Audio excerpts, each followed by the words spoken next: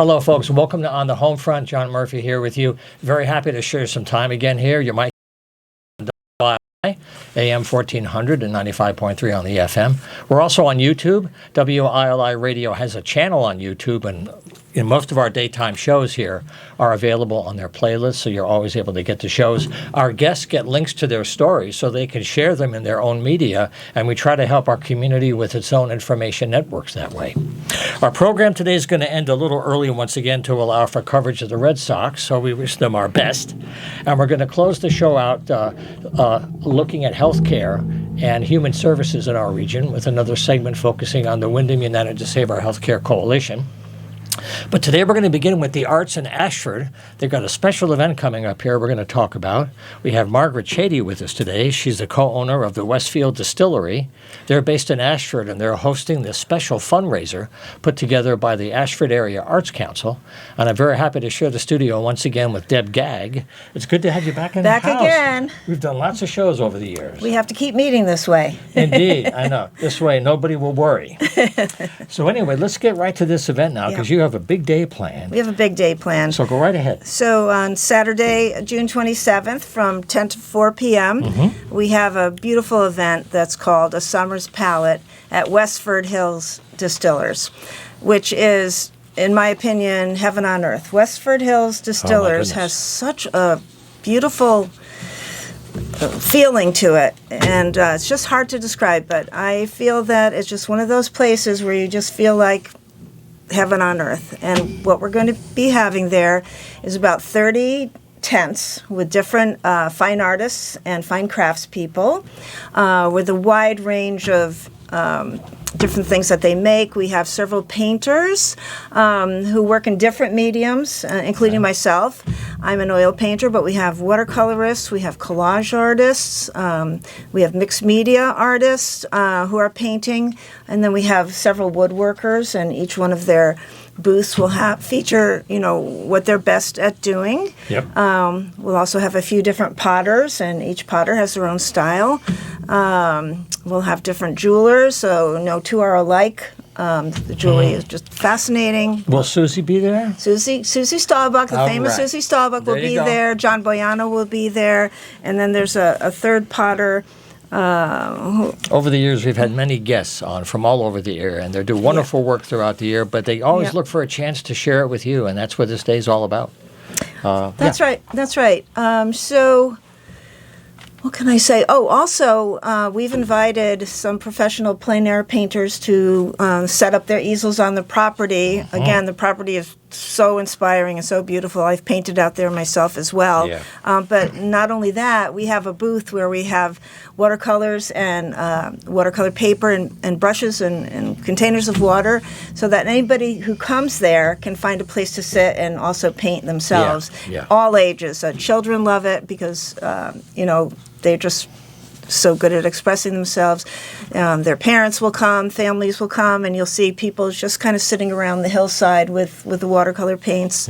And Margie makes a special cocktail for that day that she can describe in a little while. You bet. Yeah, and we also have a person that he's an Ashford resident who has a goat farm, and he makes products with the goat milk. You bet. So there's going to be a lot going on.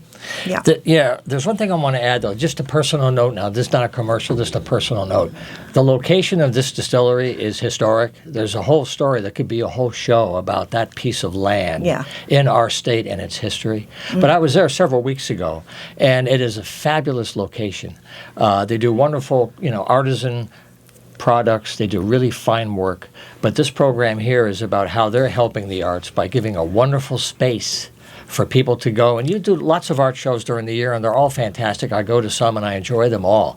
But this location is special. It's at 196 Chatey Road in Ashford, and it's open during the year. Of course, they just opened recently for the season. But it's a space that you can really enjoy, and that's one reason why you're lucky to have it. So lucky. So before you get into more details, the council's been there for many, many years, but this is a fundraiser. So what are the hopes for the council as they look back on the last year or the new year? What are they going to try to do with some of the money they want to raise?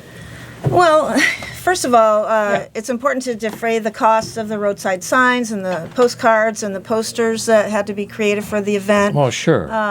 But we also are planning some bus trips, hopefully to museums. We have a few different shows throughout the year that we need to do materials for, the postcards, the roadside signs. So mostly, things like this. Yeah, it's mostly to support our initiatives, because in November we have Holiday Artist Market. That's right. But before that, in August, we're going to be at the Vanilla Bean with a members show, the Ashford Area Arts Council members show. Maybe we'll get Steve here. Steve Gerling is here before, too. He might talk about that in July. So this funding really helps them generate support for artists all over the area who are working as a collective in their own way. That's right. And we are hiring 2 food trucks for the event as well. There you go. There's going to be a Mexican truck, and then bowls, healthy bowls and chicken is the other truck. Twin Beaks. I'm not sure what else I can say, except that we get about 500 people every year. The word keeps spreading. Yes. And we hope to add to that. It would be really great if the listeners can go to the Ashford Area Arts Council Facebook page, because we've been posting artwork from all the vendors for the past month and a half, and we'll continue to do that right up until June 27th, with the rain date the following day. And is the website ashfordarts.org? It's ashfordarts.org. That's right. So you could track them all year about other events. Ashfordarts.org, yes. But Margaret, add some more stuff. The day has a whole lot of stuff going on. You have more to share. Well, it's wonderful. And first of all, thank you for having us. And, this really is a special event. When the Ashford Area Arts Council was just sort of a germ of an idea and then began to form, and it really, as an organization, provided a network with local artists and then expanding into other communities. Deb was the president at that time, and I sort of planted the seed to her and said, wouldn't it be great at some point if we could bring an art show out to the grounds of our homestead? And so a few years later, it began to take shape. So this is the 5th year that we're hosting this. Give a lot of credit to Catherine Edson and Darcy Boyano, who have for years had chaired this and have really put it together so it optimizes the experience for the artists, because we want the artists to come and have a great time and show their amazing work, but also so that when our visitors come and wander around the grounds, they too are really enjoying themselves and drinking in the grounds and the landscape as well as the art. Well put, I must say. Drinking in, well put. But it is gorgeous. And, that's the whole idea, is that when you present somewhere, you can't always guarantee the level of sales you'll have. You don't know the financial outcome, but the experience is fun. You do a few of those a year, and you get to meet people. They take a card, maybe next time. You don't always know. You always plant seeds, right? People don't always buy on impulse, even though you think they do. I should interject here that there is going to be sort of a game. So at each tent where all the artisans are, there's going to be a little stamp. And people go around with their card, and if they go to each of the vendors and get their card stamped, they can then enter to win something that the artists have donated. So there's going to be a tent with all the donations from each of the vendors. Nice. And people can pick out just for walking around and saying hello. Just for going to all the booths. It's a nice incentive to make sure that people make it all the way around. That's right. And some of these gifts that our artists donate are really lovely. So that's a fun piece. And I have to say, talking about all the programs that the Arts Council supports, last year we also had some of our scholarship winners who were young artists. The Arts Council provides a scholarship at E.O. Smith, at Wyndham Tech, and we had some of those young artists there, and some of them were even selling some of the pieces they did. And I had a wonderful conversation with one of these young folks. So I love the fact that this is all about all different kinds of art, but also art for all ages. And as Deb mentioned, the plein air aspect of kids being able to come and make a puppet and use our little puppet stage at the show, or to come and pick up paint and do some plein air painting. It makes it a very approachable, engaging experience. Well, thank you for bringing that up, Margie, about the scholarships, because we give a scholarship to fine arts, music, and literature, Right. or writing, to 3 different students at E.O. Smith, and then again at Wyndham High School? Wyndham Tech. Wyndham Tech, I'm sorry, Wyndham Tech. Yeah. Yeah. Now, this is your 5th year, right, Margaret? 5th year? I believe that's right, yes. What have you noticed in the first 4? Has there any been change in the kind of art people bring, or the audiences, or just the overall vibe of people supporting not just an art show to find nice art, maybe even as a good gift, but to help raise funds? Well, we do love, the Arts Council loves to take donations at the door, and we ask people to consider a $5 donation, although admission is really free. Sure. Parking is free. And so, what we are really hoping is that they'll spend money with the artists, and that they will preferably bring cash, because, it's better when artists don't have to pay credit card companies for service charges. So, That's true. Go to the ATM before you come to the event. But that's really what we want here. We want these artists to be exposed and for their art to sell. And then we have raised money. Last year we raised funds also for the Asheville flooding. Yes, you had that music show. Yeah, but it really is, I think, a showcase more than a fundraising event for the organization. I know they raised a chunk of money. That was with RAC, right? The Wyndham Regional Arts Council did that? Yes. I remember that was a wonderful idea of helping people, Yeah. because Asheville, well, they're still in recovery, but they are getting back some areas of the town. But that's a good example of artists connecting in different ways. Yes. But one of the other aspects of the plein air piece, and with our plein air painters that come, I want to talk about a little bit about our gardens. Sure. So the Chatey family has been on this property since 1919, and both my mother-in-law and her mother-in-law were amazing gardeners and naturalists. So they've planted a lot of really unusual trees there that are now, of course, quite mature. And we have mature perennial gardens. So there'll be roses on arbors and roses in bloom. The peonies are maybe a little bit on their way out, but some of the other unusual plantings are coming along. And so this is the setting where all of these tents are. And then once you go up onto the hill of the distillery, we have a pond and a cabin and fields. We have a beautiful rye field right now growing by a local organic farmer that's just waving. And, so again, there's so many kinds of vistas for people to sit and take in. Yeah. That's part of the craft and the artisan aspect, is that the ingredients themselves are grown. They're not brought in from the other side of the country, so it's a different aspect of the taste. Yeah, we source local fruit. We don't grow our own fruit, but our brandies we source, fruit that's grown locally. But this specific rye field is a new endeavor, something else to talk about. Yeah.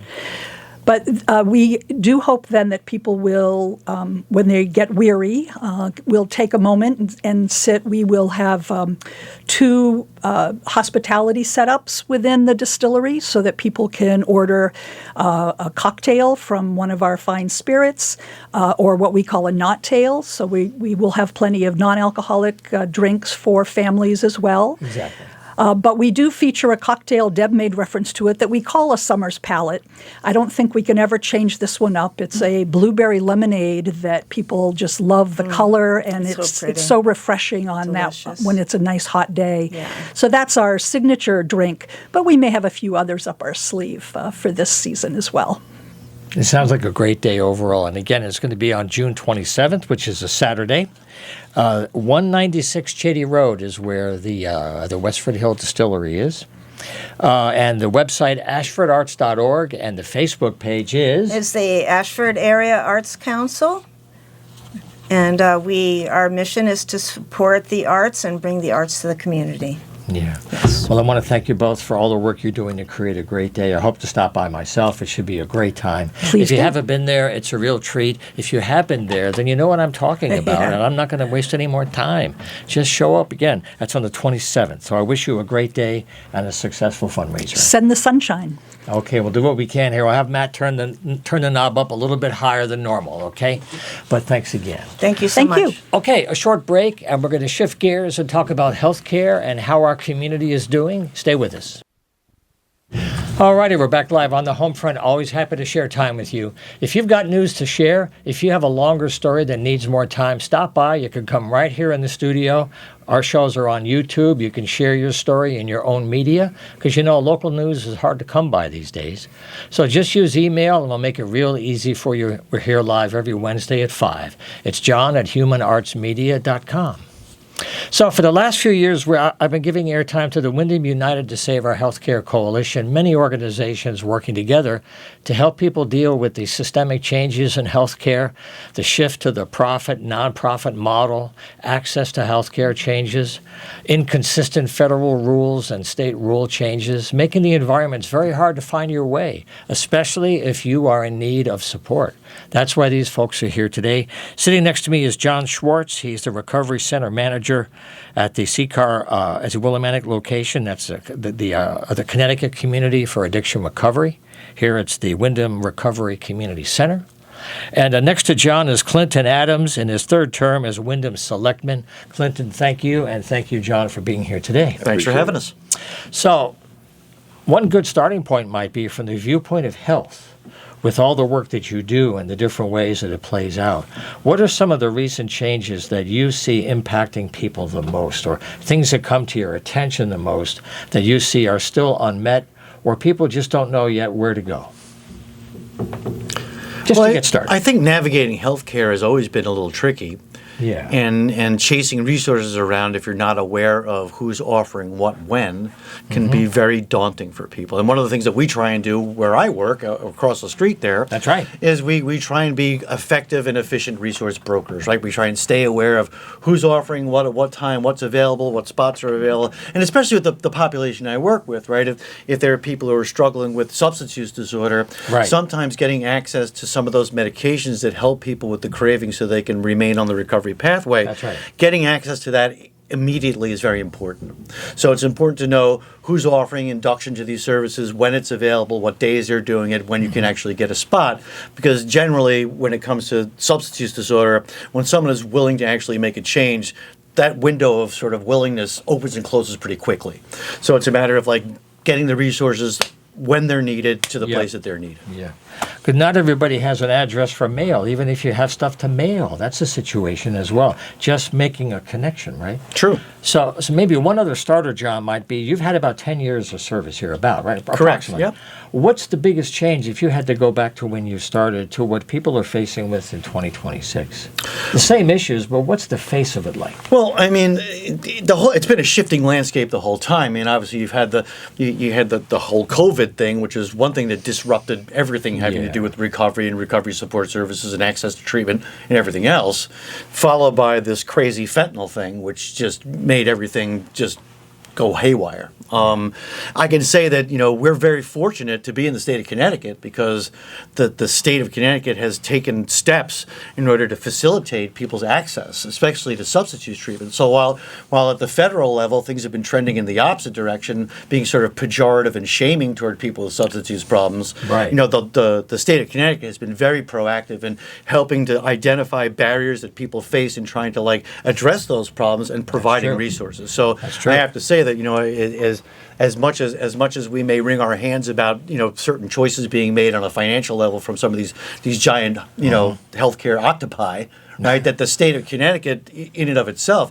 is really doing a yeoman's job in terms of making sure that those resources are still available to people. Yeah, that's been covered in the media pretty well because they've set aside funding. They've anticipated worst case scenarios, so they're not waiting for the bad news to at least have a plan or two ready to go, even though they won't know when or how. But it's a good way to have a better design, right? Well, I mean, we're kind of in a lot of situations we're waiting for the other shoe to drop. That's a good way to to put see it. just because every time you think it can't get any worse, it does. That sounds like the life of a selectman to me. getting the work done over the obstacles, even if you have a vision of where it could go, there's things in the way. And you've had a few terms now to work with that side of the community. How has it been for you? And thanks for being here again. Well, I appreciate the time. I honestly do. Again, like I said, with everything you do, it's just like a regular sport. You got an offense, you got a defense. It's all about the mind, all about the heart. When you put your hand forth to do something, I believe that you really have to think things through. You know what I mean? And to be able to understand that there is going to be opposition when you're moving forward to bring forth good, no matter what. Like you said something very key. You said a vision. You got a vision that's down the road. Not everybody can see your vision. Some people can only see right in front of them. They with life's pressures and hurts and pains and traumas and things that have happened in people's lives, that vision is getting very dim for a lot of people. So people really can't see any further than where they can actually see. But then you have a few that can look down further than what the eye can see. And so with that mindset, you just have to make up in your mind and your heart. And you just have to make up in your mind and your heart and in your mind. They just have to agree, and you just keep on going until you get to where you need to be. And again, like I said, I gave my life to Christ 2004. Prayers are the greatest foundation ever for me. It's just when something is birthed in my heart, and I feel the leading, I give it right back to Him, and I just walk. It's called the walk of faith. So you just keep walking and trust that He's going to, part things and move things, and you step in and you step out. And again, like I said, there's one puzzle, but there's many pieces, and everybody plays their part. Everybody has to play their part. If I'm a thumb, I can't worry about being a pinky. I can't, because if I'm a thumb and I'm trying to be a pinky, then I am distracted, and I will never really come to the fulfillment of what my purpose is. And so we just have to encourage each other along the way. And again, obstacles are going to come. I did sports when I came up, so you got to know about the offense, you got to know about the defense. And teamwork. That's right. Yeah, you can't do it alone. Even sometimes you walk alone, you still can't do that alone. Nah. So here's something now. You've chosen to serve through working in a local kind of a governmental structure, elected serving. How are you trying to apply that spirit to this mechanical creation that we have called government? If you got to make a bill, make a proposal, get it voted on, a lot of mechanics to it, and that's there for a reason, to keep things moving in a controlled way, I guess. But there are obstacles that linger. And I just wonder now, you've had a couple of terms. What are your hopes for the next term that you've just started to have people more maybe clearer, or having more of a shared vision, so that some energy can move that is there but it's blocked? Yeah. Well, first and foremost, you got to give a listening ear. Everybody has a lot of things going on, but nobody wants to listen. Actually listen. Facts. When I say listen, I mean hear. It's when you listen to a person and you hear them, and then you put your hand forth to do something. Perfect example over on South Ridge Drive. The whole town's been complaining about the speed in this town. Cars driving, going through stop signs and all that type of stuff. You get so used to doing whatever you want to do for so long that you think that what you're doing is right. Even though there were laws put into place telling you that it was wrong, but you've been allowed to do it for so long that now you think it's normal, you think it's okay to do. So right now, Willimantic is taking this town back. It really is. There's a shift. And again, like I said, that you're going to face your obstacles, but at the end of the day, again, being a born-again Christian and praying, I am not a politician. I'll be completely honest with you, I'm not. But I do know the God that I serve, and I'm right where I'm at for a reason. I listen. I pay attention. If I don't know something, I'll go seek it out. I'll search it out. I pray about everything. I do believe that the Most High God He's got a purpose for this town. And I'm just glad to be a part of it. I really do. I can see the shift in this town. When we did the 4th of July parade, not this year, last year, I walked down Main Street, and you said vision.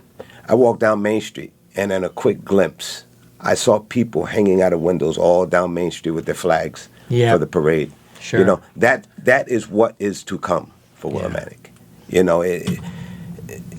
it's coming. The shift has already been made. It's already going in that direction. You know what I mean? And I'm going to hold fast to that vision, you know? I'm glad you put it that way because it's positive. You know, I came here from the New York area in the late 70s to work at UConn at their radio station, but I'm from New York originally. And part of why I stayed here was the community, not just the beautiful land that we have, that we share this incredible environment, but there was a community. And at the time, the community was in recovery from an economic collapse, the mills. It was a down time. And the media sometimes really beat up Willimantic as if it was wanting, as if it was somehow wrong, and saying, well, they're in recovery. Because now, 2026, it's a different town. There are complainers out there that I hear about that I heard 30 years ago, and every small town will have complainers, and that's okay. They're there. They vote. But the energy is high. And the reason why I point this out is not to get Pollyannish, but to mention a story that John told me that I forgot about. CCAR came out of people getting together because the system wasn't working well enough, and they had to self-organize. And it started with a couple of people, and all of a sudden you have this years later, right? I think that's a good message that connects to what you were saying. Well, isn't that what is? I don't know who's saying it is. Is it Dorothy Day? I don't remember who said something. There's nothing that can stop a small group of highly motivated people, and that's what it's about. And I think as we sit here, we were talking earlier about how it is that the two of us wound up sitting here together, and it's the servant's heart, right? Because we both clearly possess the servant's heart, and we're willing to do what needs to be done. And if more people were willing to stand and deliver, we'd have a very different world, you know. Because a lot of people think right, but they're not willing to stand up. Yeah, or they're not connected enough to see something that connects them that they could do. Mm-hmm. You know, it's still a mountain. But one more thing, see, Brenda Bookbinder helps me bring people on for this series of conversations, and she wanted to remind me, today's Father's Day. It's coming up soon, not today, but it's coming up very soon. And she wanted me to have you share any thoughts about men as fathers and health care and what you hear or see about their struggle in the environment that you've described, to be, you know, good dads, to provide, and to know what to do and when, and how you may see that play out in everyday life apart from stories in newspapers. You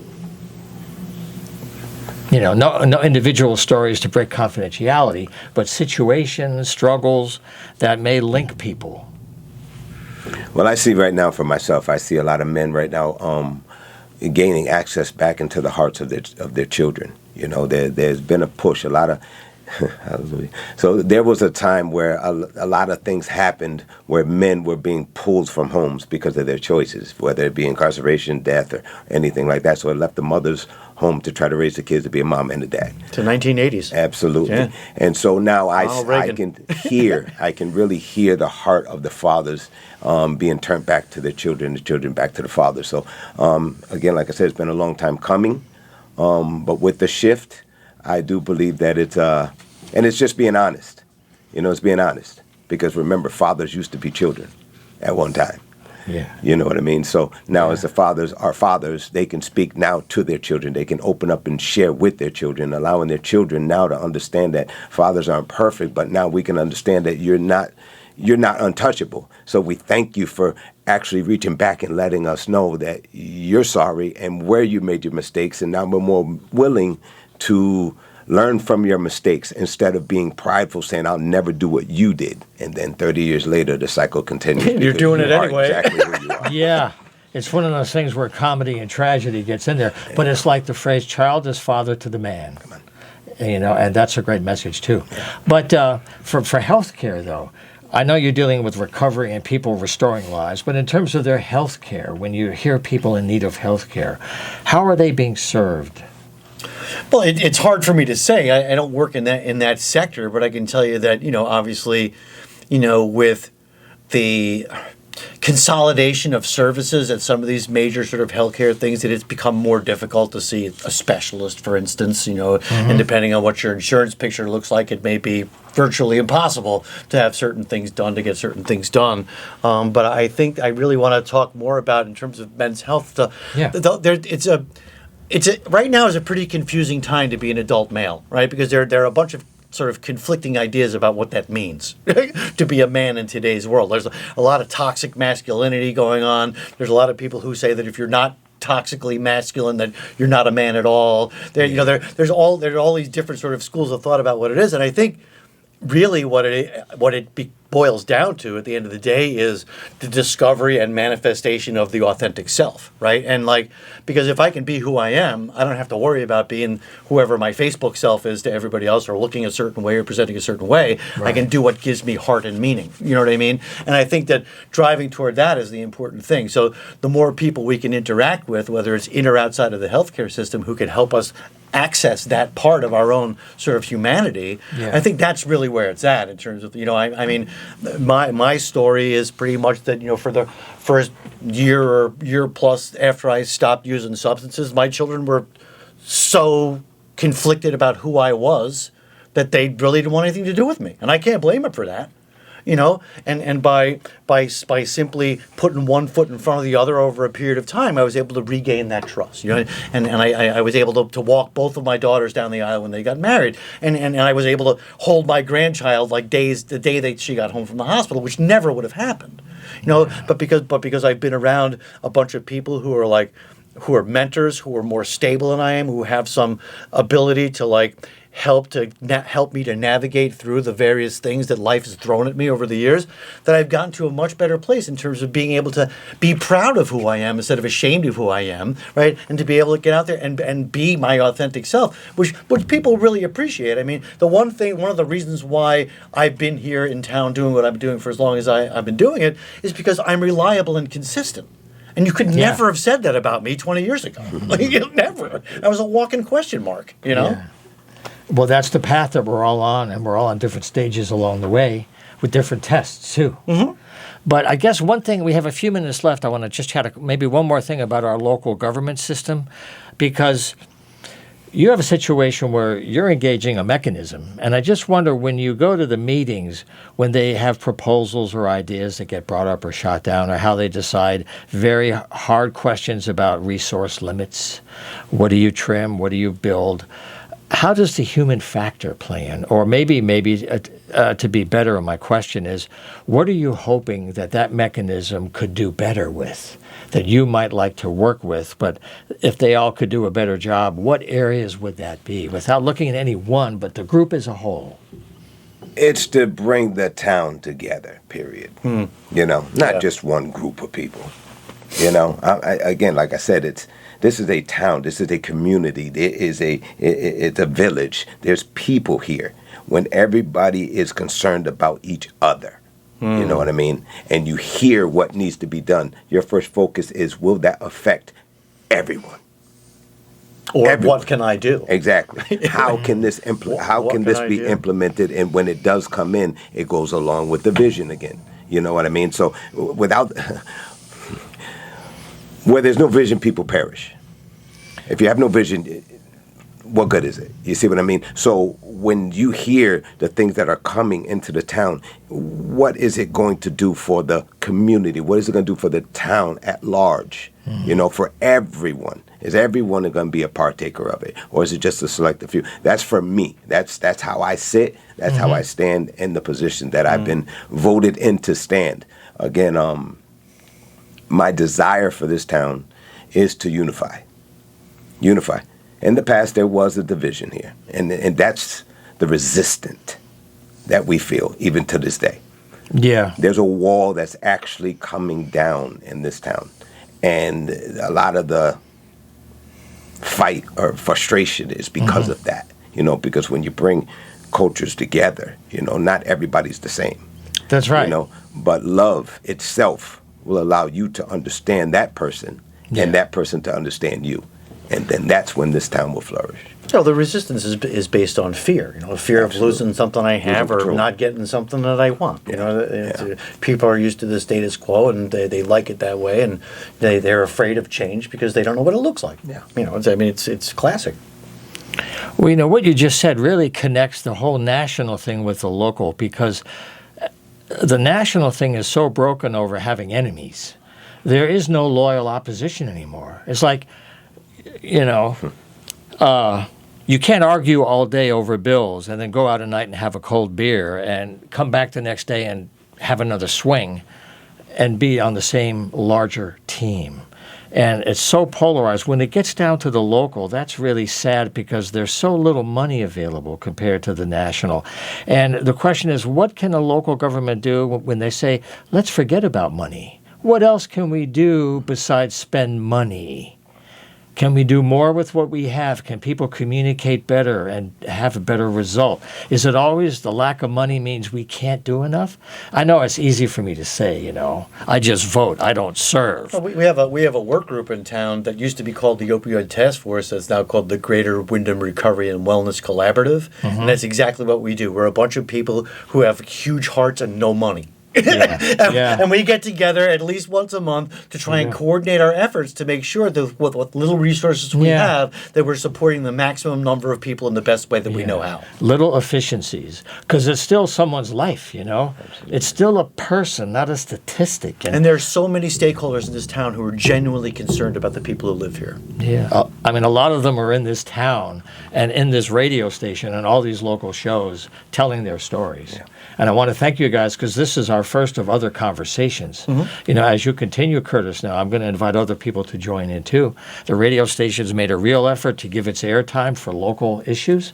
They've expanded the daily shows Monday to Friday, 3 to 6. We've got some new shows coming in because people need to communicate, and that's why I'm glad you're here. Maybe, perhaps each one of you, a last thought before we close today, and then we'll have you back again later. Last thoughts. Well, for myself, again, like I said, I hear the grunts and the groans of the people of not only just this community but the United States as abroad. There's a lot of cries, and people are crying in silence. But there's a God that's in the unseen that hears that. And he does deliver, and he does come forth. And he's shown that in times past. In the Old Testament, he came through Moses, and New Testament came through Jesus Christ. You see what I mean? He has not forgotten. He has not changed. So the grunts and the cries of the people and the moaning of the individuals that are here, he hears it. And change is definitely on its way. Yeah, right. And John Schwartz, a word for you. Yeah, so the Connecticut Community for Addiction Recovery operates 8 recovery community centers in the state of Connecticut where we offer services like groups, meetings, trainings, recovery coaching, all free of charge. If you're looking for support or a loved one is looking for support or anyone you know is looking for support, please have them contact us. It's a very simple website, ccar.us, and we will try and support people in the way that suits them best. All right, and they're at 713 Main, right here in the heart of downtown Willie. So thanks again for being here. I wish you well and a good summer. Absolutely. And I want to thank all of you for joining us here for all of our shows on WLI, especially mine. I'll see you next week. Take care.